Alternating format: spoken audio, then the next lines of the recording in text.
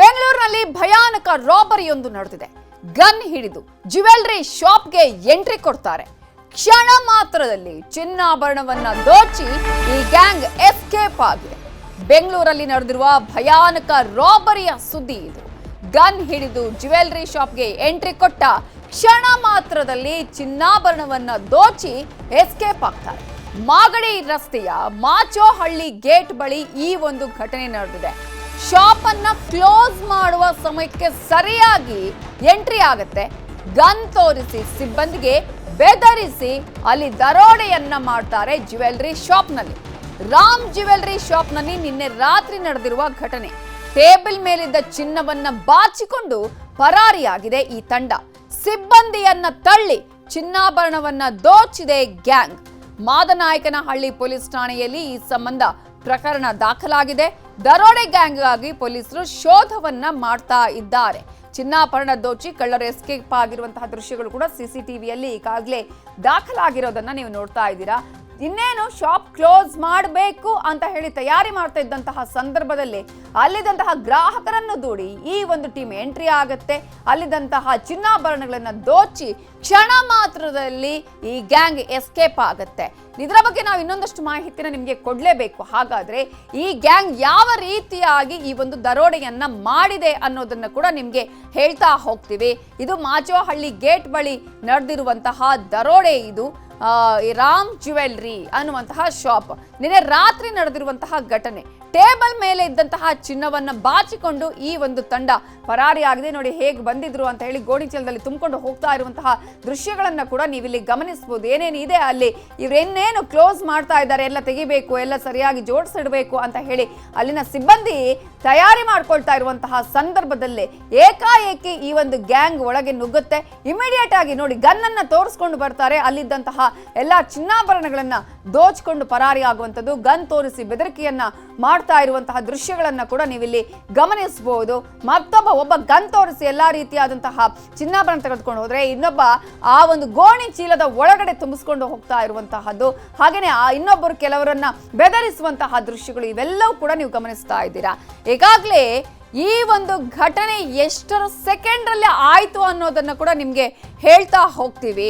Shop close ಮಾಡುವ ವೇಳೆ entry ಆಗಿದೆ. ಆ ಒಂದು ತಂಡ ಮಾಡಿರುವಂತಹ ಸಿನಿಮೀಯ ರೀತಿಯ ಜ್ಯುವೆಲ್ಲರಿ ಶಾಪ್ನ ಕಳ್ಳತನದ ದೃಶ್ಯಗಳನ್ನ ನೀವು ಗಮನಿಸಬಹುದು.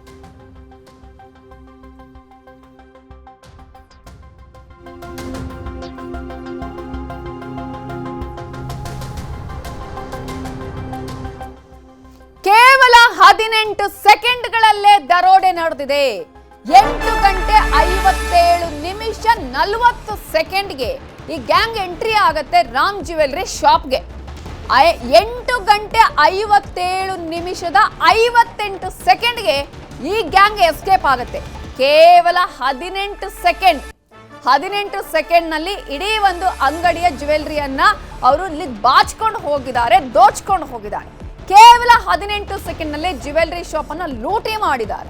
ಲಕ್ಷಾಂತರ ರೂಪಾಯಿ ಮೌಲ್ಯದ ಚಿನ್ನಾಭರಣವನ್ನ ಈ ಗ್ಯಾಂಗ್ ದೋಚಿ ಅಲ್ಲಿಂದ ಎಸ್ಕೇಪ್ ಆಗಿದೆ. ಬೆಚ್ಚಿ ಬೀಳಿಸುವಂತಿದೆ ಸಿಸಿಟಿವಿಯ ದೃಶ್ಯಾವಳಿಗಳು. ಯಾಕಂದ್ರೆ ಯಾವುದೇ ರೀತಿಯಾದಂತಹ ಒಂದು ಅನಾಹುತಗಳ ಆಗಲ್ಲ, ಇನ್ನೇನು ಕ್ಲೋಸ್ ಮಾಡ್ತಾ ಇದೀವಿ ನಾವು ಅಂತ ಹೇಳಿ ಎಲ್ಲಾ ತಯಾರಿಯನ್ನ ಸಿಬ್ಬಂದಿ ಮಾಡ್ಕೊಳ್ತಾ ಇರುವ ಸಂದರ್ಭದಲ್ಲಿ ಏಕಾಏಕಿ ಗನ್ ತೋರಿಸಿ ಬೆದರಿಕೆಯನ್ನ ಹಾಕಿ ಅಲ್ಲಿ ಕೇವಲ 18 ಸೆಕೆಂಡ್ ಅಲ್ಲಿ ಚಿನ್ನಾಭರಣವನ್ನ ಈ ಗ್ಯಾಂಗ್ ದೋಚಿ ಅಲ್ಲಿಂದ ಎಸ್ಕೇಪ್ ಆಗಿದೆ. 8 ಗಂಟೆ 57 ನಿಮಿಷ 40 ಸೆಕೆಂಡ್ಗೆ ಗ್ಯಾಂಗ್ ಎಂಟ್ರಿ ಆಗುತ್ತೆ. ನೋಡಿ ಸಿಸಿಟಿವಿಯಲ್ಲೂ ಕೂಡ ಮಾರ್ಕ್ ಆಗಿದೆ. ಅವರು ಹೊರಡುವಂತಹ ಸಮಯವನ್ನ ಕೂಡ ನೀವಿಲ್ಲಿ ಗಮನಿಸಬಹುದು. ಕೇವಲ 18 ಸೆಕೆಂಡ್ ಅಲ್ಲಿ ಆ ಟೀಮ್ ಅಲ್ಲಿದ್ದಂತಹ ಎಲ್ಲ ಜ್ಯುವೆಲ್ಲರಿಗಳನ್ನ ಅವರು ತಗೊಂಡು ಅಲ್ಲಿಂದ ಎಸ್ಕೇಪ್ ಆಗುವಂಥದ್ದು. 8 ಗಂಟೆ 57 ನಿಮಿಷ 58 ಸೆಕೆಂಡ್ಗೆ ಈ ಒಂದು ಗ್ಯಾಂಗ್ ಅಲ್ಲಿಂದ ಎಸ್ಕೇಪ್ ಆಗುತ್ತೆ.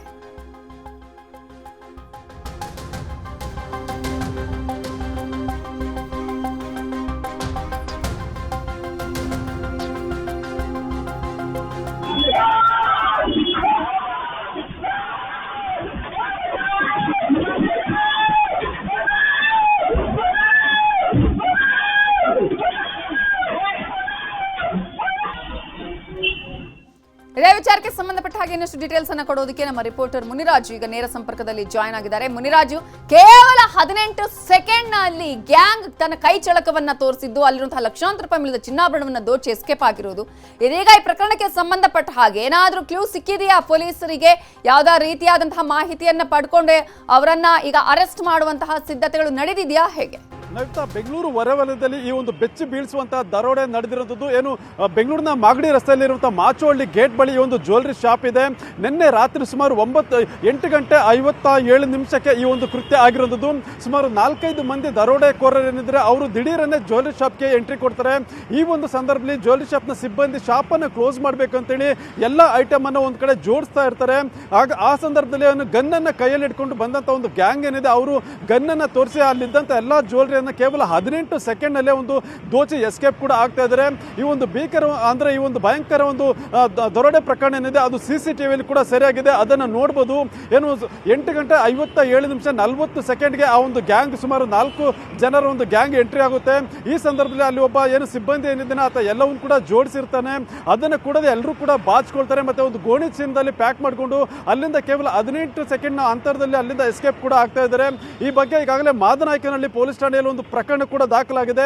ಮತ್ತೆ ಪೊಲೀಸರು ಕೂಡ ಈ ಒಂದು ದರೋಡೆ ಗ್ಯಾಂಗ್ ಏನಿದೆ ಅದನ್ನ ಪತ್ತೆ ಮಾಡುವಂತ ಸಲುವಾಗಿ CCTV ದೃಶ್ಯಗಳನ್ನ ಪರಿಶೀಲನೆ ಮಾಡಿ ಆ ಒಂದು ಗ್ಯಾಂಗ್ ಅನ್ನ ಬೆನ್ನತ್ತಿರುವಂತದ್ದು. ಆದ್ರೆ ಇದುವರೆಗೂ ಕೂಡ ಇನ್ನು ಗ್ಯಾಂಗ್ ಯಾವುದು ಮತ್ತೆ ಯಾರು ಎಲ್ಲಿಂದ ಬಂದಿದ್ದರು ಅನ್ನೋದ್ರ ಬಗ್ಗೆ ಕೂಡ ಇನ್ನು ಸುಳಿವು ಸಿಗ್ತಾ ಇಲ್ಲ. ಆ ಸಲುವಾಗಿ ವಿಶೇಷ ತಂಡವನ್ನ ರಚನೆ ಮಾಡಿ ಈ ಒಂದು ದರೋಡೆ ಗ್ಯಾಂಗ್ ಅನ್ನ ಪತ್ತೆ ಮಾಡೋದಕ್ಕೆ ಪೊಲೀಸರು ಕೂಡ ಒಂದು ಹುಡುಕಾಟವನ್ನ ಮಾಡ್ತಾ ಇದ್ದಾರೆ. ಮತ್ತೆ ಇದೇ ಸಂದರ್ಭದಲ್ಲಿ ಇನ್ನೊಂದು ಹೇಳ್ಬೇಕಂದ್ರೆ ಕಳೆದ ವರ್ಷ ಕೂಡ ಕೊಡಿಗೆಹಳ್ಳಿ ಮತ್ತೆ ಬ್ಯಾಡರಹಳ್ಳಿ ಬಳಿ ಇದೇ ರೀತಿಯಾಗಿ ಒಂದು ಗ್ಯಾಂಗ್ ಏನು ಗನ್ನನ್ನು ತೋರಿಸಿ ಜ್ಯುವೆಲರಿ ಶಾಪ್ ಅನ್ನ ದರೋಡೆ ಮಾಡಿದ್ರು. ಈಗ ಮತ್ತೆ ಅದೇ ರೀತಿಯ ಕೃತ್ಯ ಕೂಡ ಈಗ ಬೆಂಗಳೂರಿನ ಹೊರವಲಯದಲ್ಲಿ ಕೂಡ ನಡೆದಿದ್ದು. ಈಗ ಪೊಲೀಸರು ಆ ಒಂದು ಗ್ಯಾಂಗ್ ಅನ್ನ ಪತ್ತೆ ಹಚ್ಚೋ ಸಲುವಾಗಿ ತನಿಖೆಯನ್ನು ಕೂಡ ಮಾಡ್ತಾ ಇದ್ದಾರೆ. ನವಿತಾ, ಮುನಿರಾಜು, ಯಾರಿಗೆ ಸೇರಿದಂತಹ ಜ್ಯುವೆಲರಿ ಶಾಪ್ ಇದು ಆಗಿತ್ತು, ಜೊತೆಗೆ ಸಿಬ್ಬಂದಿಗಳ ಆತಂಕ ಕೂಡ CCTV ದೃಶ್ಯಾವಳಿಗಳಲ್ಲೂ ಕೂಡ ಅಲ್ಲಿ ಕಾಣಿಸ್ತಾ ಇದೆ. ಯಾಕಂದ್ರೆ ಒಬ್ಬ ಸಿಬ್ಬಂದಿ ಇಮ್ಮಿಡಿಯೇಟ್ ಆಗಿ ಅಲ್ಲಿ ಬಗ್ಗೆ ಕೂತ್ಕೊಳ್ತಾನೆ, ಮತ್ತೊಬ್ಬ ಅಲ್ಲಿ ಕಿರ್ಚಾಡುವಂತಹ ಸೌಂಡ್ ಕೂಡ ಕೇಳಿಸ್ತಾ ಇದೆ. ಸೊ ಯಾವ ರೀತಿಯಾಗಿ ಮಾತಾಡ್ತಾ ಇದ್ರು, ಯಾವ ಭಾಷೆಯನ್ನು ಅಲ್ಲಿ ಬಳಕೆ ಮಾಡಿದ್ರು, ಹೇಗಿದ್ರು ಅನ್ನೋದ್ರ ಬಗ್ಗೆ ಪೊಲೀಸರು ಸಿಬ್ಬಂದಿಯ ವಿಚಾರಣೆ ಮಾಡಿದಾರಾ? ನಗ್ತಾ ಈಗಾಗಲೇ ಜ್ಯುವೆಲರಿ ಶಾಪ್ನಲ್ಲಿ ಇದ್ದಂಥ ಸಿಬ್ಬಂದಿ ಒಂದು ಸ್ಟೇಟ್ಮೆಂಟ್ ಅನ್ನು ಕೂಡ ಮಾಡ್ಕೊಂಡಿದ್ದಾರೆ. ಯಾಕಂದ್ರೆ ಅಲ್ಲಿ ಇಬ್ಬರು ಇರ್ತಾರೆ, ಒಬ್ಬ ಓನರು ಮತ್ತೆ ಮತ್ತೊಬ್ಬ ಸಿಬ್ಬಂದಿ ಇರ್ತಾರೆ. ಇನ್ನೇನು ಕೆಲವೇ ನಿಮಿಷಗಳಲ್ಲಿ ಅಂದ್ರೆ 9 ಗಂಟೆಗೆ ಶಾಪನ್ನು ಕ್ಲೋಸ್ ಮಾಡಬೇಕಾಗಿತ್ತು. ಅದಕ್ಕೋಸ್ಕರ ಎಲ್ಲ ತಯಾರಿಗಳನ್ನು ಕೂಡ ಮಾಡ್ಕೊಳ್ತಾ ಇದ್ರು. ಅಷ್ಟರಲ್ಲಿ ಈ 4 ಜನರ ಗ್ಯಾಂಗ್ ದಿಢೀರನ್ನೇ ಎಂಟ್ರಿ ಕೊಟ್ಟಿರುವಂಥದ್ದು. ಮೊದಲಿಗೆ ಗನ್ ತೋರಿಸಿದಾಗ ಎಲ್ಲರೂ ಕೂಡ 1 ಸೆಕೆಂಡ್ ಅಲ್ಲಿದ್ದಂಥ ಇಬ್ಬರು ಕೂಡ ಬೆಚ್ಚಿ ಬೀಳ್ತಾರೆ. ಯಾಕಂದ್ರೆ ಗನ್ನಿಂದ ಫೈರ್ ಆದ್ರೆ ಜೀವಕ್ಕೂ ಕೂಡ ಹಾನಿ ಆಗುತ್ತೆ ಅಂತೇಳಿ ಈ ಸಂದರ್ಭದಲ್ಲಿ ಅವರು ಯಾರು ಕೂಡ ಮಾತನಾಡಬಾರ್ದು ಮತ್ತೆ ಕದಲಬಾರ್ದು ಅಂತೇಳಿ ಸುಮ್ಮನೆ ಒಂದು 2 ಸೆಕೆಂಡಲ್ಲಿ ಅವನ್ನ ಬೆದರಿಕೆ ಒಡ್ಡಿ ಅಲ್ಲಿದ್ದಂಥ ಎಲ್ಲ ಜ್ಯುವೆಲರಿಯನ್ನು ಕೂಡ ಕದ್ದು ಪರಾರಿಯಾಗಿರೋದು ಕೂಡ ಕಾಣುತ್ತೆ. ಯಾಕಂದ್ರೆ ಗನ್ ತೋರಿಸ್ತಿದ್ದಂಥ ಸಿಬ್ಬಂದಿ ಅಲ್ಲಿರುವಂಥ ಸಿಬ್ಬಂದಿ ನೋಡ್ಬೋದು ಅವತ್ತ ಮೂಲೆಯಲ್ಲಿ ಹೋಗಿ ಅಡಗಿಕೊಳ್ತಾನೆ. ಇನ್ನು ಓನರ್ ಬಂದು ಈ ಕಡೆ ಒಂದು ವಿಂಡೋ ಸೈಡಲ್ಲಿ ಕೈಯನ್ನು ಎತ್ತಿ ತಾನು ಸರೆಂಡರ್ ಆಗಿದ್ದೀನಿ ಅನ್ನೋ ರೀತಿಯಲ್ಲಿ ಕೂಡ ಆತ ಒಂದು ನಿಂತ್ಕೊಳ್ಳೋದು ಕೂಡ ಕಾಣುತ್ತೆ. ಈಗಾಗಲೇ ಇಬ್ಬರ ಒಂದು ಸ್ಟೇಟ್ಮೆಂಟ್ ಅನ್ನು ಕೂಡ ಮಾಡ್ಕೊಂಡಿದ್ದಾರೆ. ಮತ್ತೆ ಅವ್ರು ಯಾವ ಭಾಷೆಯಲ್ಲಿ ಮಾತಾಡ್ತಾ ಇದ್ರು ಮತ್ತೆ ಏನಾದರೂ ಗುರುತು ಪತ್ತೆ ಆಗುತ್ತಾ ಅಂತೇಳಿ ಆ ಒಂದು CCTVಗಳನ್ನ ಪರಿಶೀಲನೆ ಕೂಡ ಮಾಡ್ತಾ ಇದ್ದಾರೆ. Navitha, okay, thank you Muniraju ಈ ಕ್ಷಣದ ಡೀಟೇಲ್ಸ್ಗೆ. ಭರ್ಜರಿ ಮಳೆಯಾಗಿದೆ ಅಂತ ಹೇಳಿ ರೈತರು ಖುಷಿಯಲ್ಲಿದ್ರು. ಆದ್ರೆ ಇದೀಗ ರಾಜ್ಯದ ರೈತರಿಗೆ ಆತಂಕದ ವಿಚಾರ ಏನಪ್ಪಾ ಅಂತ ಹೇಳಿದ್ರೆ, ದಿನಗಟ್ಟಲೆ ಕಾದ್ರೂ ಸಿಗ್ತಾ ಇಲ್ಲ ಒಂದೇ ಒಂದು ಚೀಲ ಗೊಬ್ಬರ. ಕೃಷಿ ಸಚಿವರೇ ಏನ್ ಮಾಡ್ತಾ ಇದ್ದೀರಾ? ರೈತರ ಪರದಾಟ ಕಾಣ್ತಾ ಇಲ್ವಾ ಅನ್ನೋ ಪ್ರಶ್ನೆಯನ್ನ ಕೇಳಬೇಕಾಗಿದೆ. ಇಲ್ಲಿ ಪ್ರತಿಯೊಂದು ಜಿಲ್ಲೆಯಲ್ಲೂ ರೈತರು ಇದೀಗ ಸಾಲುಗಟ್ಟಲೆ ನಿಲ್ತಾ ಇದ್ದಾರೆ. ಬೆಳಗ್ಗೆಯಿಂದ ಸಂಜೆವರೆಗೂ ಕೂಡ ಕಾದು ಕುಳಿತಾ ಇದ್ದಾರೆ. ಬಾಗಲಕೋಟೆ ಜಿಲ್ಲೆಯಲ್ಲೂ ಕೂಡ ರಸಗೊಬ್ಬರಕ್ಕೆ ಪರದಾಟವನ್ನ ಮಾಡ್ತಾ ಇದ್ದಾರೆ ರೈತರು. ಜಿಲ್ಲೆಯ ಬಹುತೇಕ ಅಂಗಡಿಗಳಲ್ಲಿ ಯೂರಿಯಾ ಕೊರತೆ ಕಾಣಿಸಿಕೊಂಡಿದೆ. ಕೆಲವು ಕಡೆ ಸರ್ಕಾರದ ದರಕ್ಕಿಂತ ಹೆಚ್ಚಿನ ದರಕ್ಕೆ ರಸಗೊಬ್ಬರವನ್ನ ಮಾರಾಟ ಮಾಡಲಾಗ್ತಾ ಇದೆ. ಬೇಡಿಕೆಗಿಂತ ಹೆಚ್ಚಿನ ಗೊಬ್ಬರ ಇದೆ ಅಂತ ಅಧಿಕಾರಿಗಳು ಹೇಳ್ತಿದ್ದಾರೆ. ಆದ್ರೆ ರೈತರ ಕೈಗೆ ಸಿಗ್ತಾ ಇಲ್ಲ. ನ್ಯಾನೋ ಯೂರಿಯಾ, ನ್ಯಾನೋ DAP ಬಳಸೋದಕ್ಕೆ ಸೂಚನೆಯನ್ನ ನೀಡ್ತಾ ಇದ್ದಾರೆ. ಗೊಬ್ಬರ ಕೊಡದ ಮಾರಾಟಗಾರರ ಮೇಲೆ ಕ್ರಮದ ಎಚ್ಚರಿಕೆಯನ್ನ ಕೊಟ್ಟಿದ್ದಾರೆ. ಆದ್ರೆ ಕ್ರಮ ಇನ್ನೂ ಕೂಡ ಆಗಿಲ್ಲ. ಎಲ್ಲ ಅಂಗಡಿಗಳಲ್ಲಿ ನೋ ಸ್ಟಾಕ್ ಅನ್ನುವಂತಹ ಬೋರ್ಡ್ಗಳೇ ಅಲ್ಲಿ ಕಾಣಿಸ್ತಾ ಇದೆ. ರೈತರು ಬರ್ತಾರೆ ಇಲ್ಲ ಅಂತ ಹೇಳಿ ಮತ್ತೆ ವಾಪಸ್ ಆಗ್ತಾರೆ. ಈ ಹಿನ್ನೆಲೆಯಲ್ಲಿ ರೈತರು ಇದೀಗ ಆಕ್ರೋಶಗೊಂಡು ಪ್ರತಿಭಟನೆಯ ಹಾದಿಯನ್ನ ಹಿಡಿದಿದ್ದಾರೆ. ಕೃಷಿ ಸಚಿವರ ವಿರುದ್ಧ, ಆಯಾಯ ಅಧಿಕಾರಿಗಳ ವಿರುದ್ಧ ಇದೀಗ ತಮ್ಮ ತೀವ್ರ ಆಕ್ರೋಶವನ್ನ ವ್ಯಕ್ತಪಡಿಸ್ತಾ ಇದ್ದಾರೆ. ಮಳೆ ಬಂದಿದೆ, ಕೃಷಿ ಚಟುವಟಿಕೆ ಆರಂಭ ಮಾಡಬೇಕು, ಚೆನ್ನಾಗಿ ಕೃಷಿ ಮಾಡಬೇಕು ಅಂತ ಅಂದುಕೊಂಡ್ರೆ ನಮಗೆ ಬೇಕಾದಂತಹ ರಸಗೊಬ್ಬರವೇ ಸಿಗ್ತಾ ಇಲ್ಲ, DAP ಸಿಗ್ತಾ ಇಲ್ಲ, ಏನ್ ಮಾಡಬೇಕು ಅನ್ನುವಂತಹ ಪ್ರಶ್ನೆಯನ್ನ ಇದೀಗ ರೈತರು ಕೇಳ್ತಾ ಇದ್ದಾರೆ. ಸಹಜವಾಗಿ ಆತಂಕಕ್ಕೆ ಒಳಗಾಗಿದ್ದಾರೆ. ಇದೀಗ ಪರದಾಟವನ್ನ ಮಾಡ್ತಾ ಇದ್ದಾರೆ. ಇದ್ದಾರೆ ರೈತರು. ಕೃಷಿ ಸಚಿವರಿಗೆ ಇದೆಲ್ಲ ಕಾಣಿಸ್ತಾ ಇಲ್ವಾ? ಕೃಷಿ ಸಚಿವರು ಒಂದಷ್ಟು ಲೆಕ್ಕಗಳನ್ನ ಕೊಡ್ತಾ ಇದ್ದಾರೆ ಹೊರತು ಅಲ್ಲಿ ಏನ್ ಸಮಸ್ಯೆ ಆಗಿದೆ, ಯಾವ ರೀತಿಯಾಗಿ ಪರಿಹಾರವನ್ನ ಕಂಡುಕೊಳ್ಳುವಂತಹ ನಿಟ್ಟಿನಲ್ಲಿ ಅಧಿಕಾರಿಗಳಿಗೆ ಸೂಚನೆ ಕೊಡಬೇಕು, ನಾನೇ ಹೋಗಿ ಖುದ್ದಾಗಿ ಅಲ್ಲಿ ಪರಿಶೀಲನೆ ಮಾಡಬೇಕು ಈಗ ಇಂತಹ ಒಂದು ಸಮಯ ಅಂತ ಹೇಳುವಂತಹ ಯೋಚನೆ ಕೂಡ ನಮ್ಮ ಕೃಷಿ ಸಚಿವರಿಗೆ ಇರುವ ಹಾಗೆ ಕಾಣಿಸ್ತಾ ಇಲ್ಲ.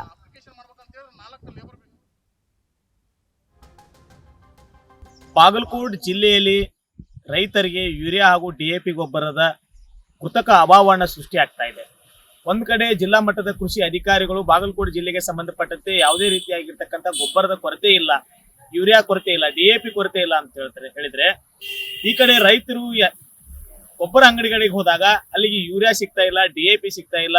ಕೆಲವು ಅಂಗಡಿಗಳಲ್ಲಿ DAPಗೆ 1350 ಇದ್ರೆ 1600-1700 ರೂಪಾಯಿಗೆ ಮಾರಾಟ ಮಾಡುವಂತ ವ್ಯವಸ್ಥೆ ನಮ್ಮ ಜಿಲ್ಲೆಯಲ್ಲಿ ನಡೀತಾ ಇದೆ. ಹೀಗಾಗಿ ಇದು ಅಧಿಕಾರಿಗಳ ಲೋಪದೋಷವೋ, ಸರ್ಕಾರದ ಲೋಪದೋಷವೋ, ಅಥವಾ ಕೇವಲ ಕಾಗದದಲ್ಲಿ ಮಾತ್ರ ಜಿಲ್ಲೆಯಲ್ಲಿ ಸಂಬಂಧಪಟ್ಟಂತೆ ಯೂರಿಯಾ ಮತ್ತು ಕೇವಲ ಒಂದೊಂದು ಜಿಲ್ಲೆ ಮಾತ್ರ ಅಲ್ಲ, ಅನೇಕ ಜಿಲ್ಲೆಗಳಲ್ಲೂ ಇದೇ ಪರಿಸ್ಥಿತಿ. ಈಗ ಗದಗ ಜಿಲ್ಲೆಯಲ್ಲೂ ಕೂಡ ಅಷ್ಟೇ, ಯೂರಿಯಾ ಗೊಬ್ಬರಕ್ಕಾಗಿ ರೈತರು ಕ್ಯೂ ಅಲ್ಲಿ ನಿಂತಿದ್ದಾರೆ.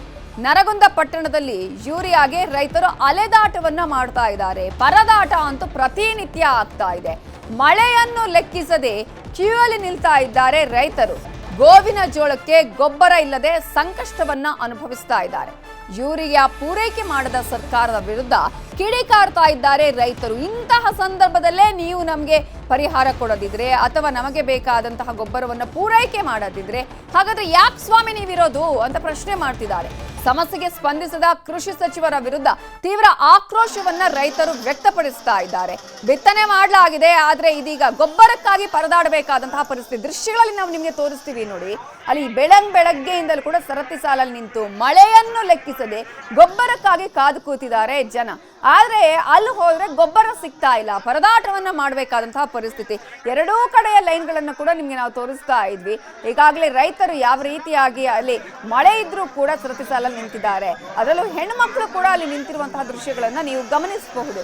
ಅಧಿಕಾರಿಗಳು ಏನ್ ಹೇಳ್ತಿದ್ದಾರೆ, ಯಾವುದೇ ರೀತಿಯಾದಂತಹ ಗೊಬ್ಬರಕ್ಕೆ ಸಂಬಂಧಪಟ್ಟ ಹಾಗೆ ಸಮಸ್ಯೆ ಇಲ್ಲ ಅಂತ ಹೇಳ್ತಾ ಇದ್ದಾರೆ. ಹಾಗಾದ್ರೆ ಯಾಕೆ ಈ ದೃಶ್ಯಗಳು ಕಾಣಿಸ್ತಾ ಇದೆ?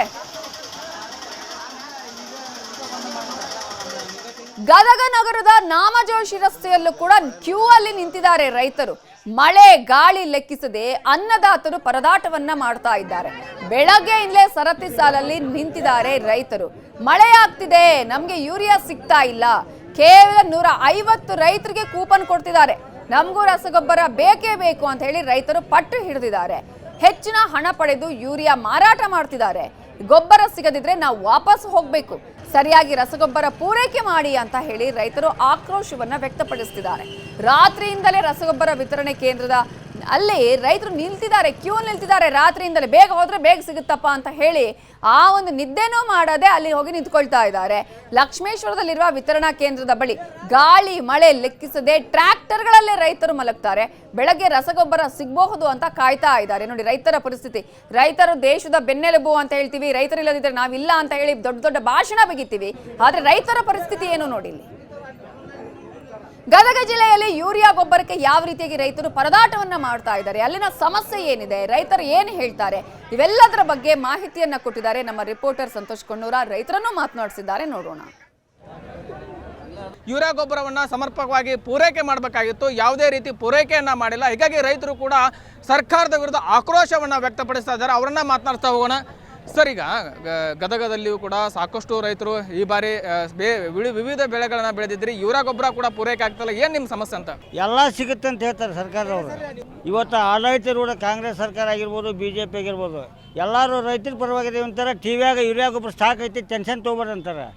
ಬೆಳಗ್ಗೆ 6ಕ್ಕೆ ಹಲವಾಗಲಿ ಸಾವುಕಾರ ಅಂಗಡಿ ಮುಂದೆ ಪಾಳ್ಯಕ್ಕೆ 500 ಮಂದಿ ರೈತರು ಹಚ್ಚಿವಿ. 125 ಕೂಪನ್ ಕೊಟ್ಟು ಬಂದ್ ಮಾಡಿದ್ರು.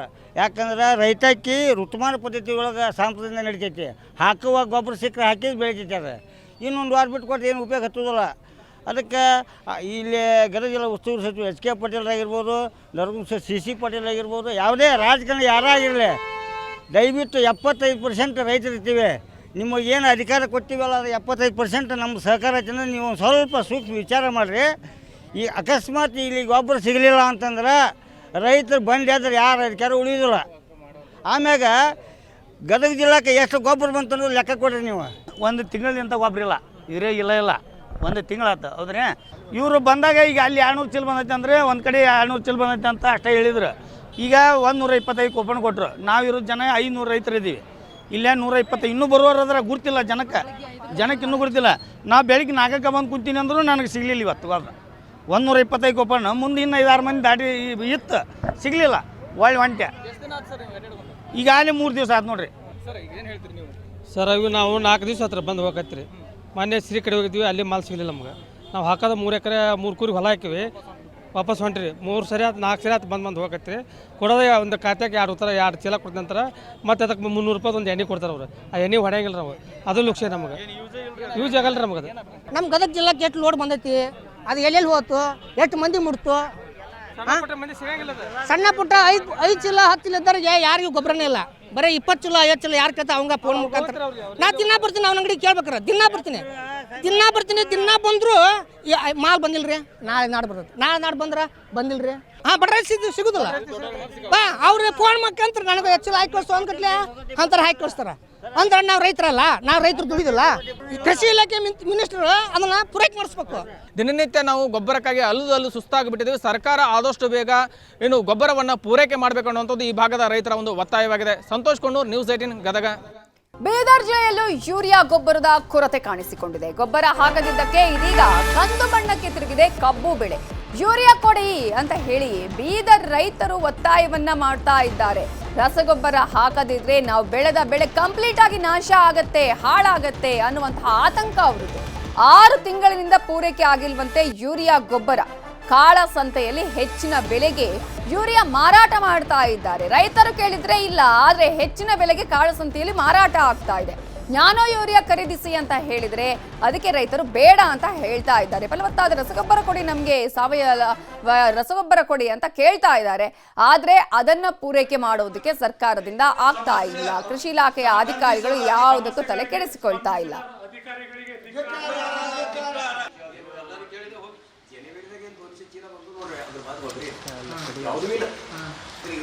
ಅಲ್ಲ ಈಗ ಆಯ್ತು ಮ್ಯಾಲಿಂದ ಕೊಡಕತ್ತಿಲ್ಲ, ಓಕೆ. ಈಗ ನಿಮ್ಮ ಬೆಳೆಗಳೆಲ್ಲ ಹಾಳಾಕವಲ್ಲ, ಲಕ್ಷಾಂತರ ರೂಪಾಯಿ ಎಲ್ಲ. ರೈತರ ಜಮೀನಿನಿಂದಲೇ ಯೂರಿಯಾ ಸಮಸ್ಯೆಯ ಬಗ್ಗೆ ರೈತರ ಜೊತೆ ಮಾತನಾಡುತ್ತಾ ಅವರ ಸಮಸ್ಯೆಯನ್ನು ಕೇಳಿದರೆ ನಮ್ಮ ಬೀದರ್ ರಿಪೋರ್ಟರ್ ಪ್ರತ್ಯಕ್ಷ ವರದಿಯ ಮೂಲಕ ನೋಡೋಣ. ಯೂರಿಯಾ ಗೊಬ್ಬರದ ಕೊರತೆ ಹಿನ್ನೆಲೆಯಲ್ಲಿ ರಿಯಾಲಿಟಿ ಚೆಕ್ಗೆ ನ್ಯೂಸ್ 18 ಇಳಿದಿರ್ತಕ್ಕಂಥದ್ದು. ಸದ್ಯ ನಾನು ಬೀದರ್ ಜಿಲ್ಲೆಯ ಅಣದೂರು ಗ್ರಾಮದ ಜಮೀನೊಂದರಲ್ಲಿದ್ದೀನಿ. ನಿಮಗೆ ತೋರಿಸ್ತಾ ಹೋಗ್ತೀನಿ. ಏನು ಜಮೀನಿನಲ್ಲಿ ಕಬ್ಬು ಬೆಳೆದಿರ್ತಕ್ಕಂಥದ್ದು ನೀವು ನೋಡ್ತಾ ಇರಬಹುದು. ನನ್ನ ಎಡಭಾಗದಲ್ಲಿ ನಿಮಗೆ ತೋರಿಸ್ತಾ ಹೋಗ್ತೀನಿ. ಏನು ಎಕರೆ ಗಟ್ಟಲೆ ಈಗಾಗಲೇ ಕಬ್ಬನ್ನ ಬೆಳೆದಿರ್ತಕ್ಕಂಥದ್ದು. ರೈತರು ಕಬ್ಬು ಈಗಾಗಲೇ ಬೆಳೆದರೂ ಕೂಡ ಸಮರ್ಪಕವಾಗಿ ಅದಕ್ಕೆ ಈಗಾಗಲೇ ಏನು ಯೂರಿಯಾ ಗೊಬ್ಬರ ಹಾಕಬೇಕಾಗಿತ್ತು. ಯಾಕಂದ್ರೆ ಯೂರಿಯಾ ಗೊಬ್ಬರ ಒಂದು ರೀತಿ ಬೆಳೆಗಳಿಗೆ ಟಾನಿಕ್ ಇದ್ದಂತೆ. ಆ ಟಾನಿಕ್ ಏನಾದರೂ ಹಾಕಿದ್ರೆ ಆ ಬೆಳೆ ಸಮೃದ್ಧವಾಗಿ ಬೆಳೆಯುತ್ತೆ, ಸಮೃದ್ಧವಾದಂತಹ ಫಸಲು ಬರುತ್ತೆ ಅನ್ನೋದು ರೈತರ ನಂಬಿಕೆ ಮತ್ತು ವಿಶ್ವಾಸ ಆಗಿರ್ತಕ್ಕಂಥದ್ದು.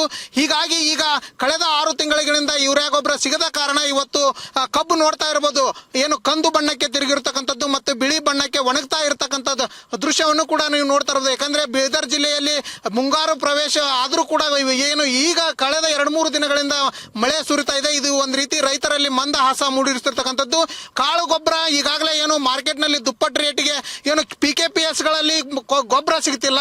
ಸದ್ಯ ನಾನು ಈಗ ಜಮೀನಿನಲ್ಲಿ ಏನು ರೈತರಿದ್ದಾರೆ ಅವ್ರನ್ನೇ ಮಾತಾಡಿಸ್ತೀನಿ.